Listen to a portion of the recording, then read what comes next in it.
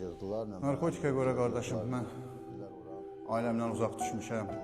8 ildir mən konkret başda 1 ay 20 gün çöldə qalmışım. 2018-ci ildən mən türmə həyatı yaşaya çıxmışam. Təzədən 1 ay qalmışam çöldə, təzədən tutulmuşam.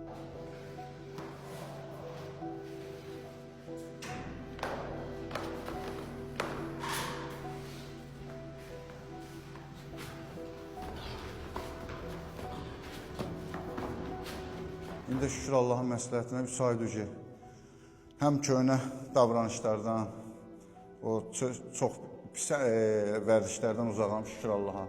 İbadət eləyirəm, yenə ibadətimdəyəm, namazdayam. Allah mənə yenə də bunu nəsib elədi. Burada da sağalıram. Qardaşlarım mənə burada dəstək olurlar. Allah onların canı sağ eləsin.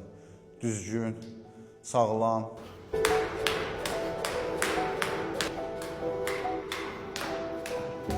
Özümlə də fəxr edirəm ki, yenə də mən bu çətin yoldan dönmüşəm Allahın köməkliyi ilə. İnşallah buranı da keçəndən sonra öz millətimə yenə də göstərəcəm ki, bizim Azərbaycanda belə bir oğlanlar var, reabilitasiyalar var ki, bizə köməklik edirlər, sağalma yolunda düzgün addım atmağa yönəldiblər.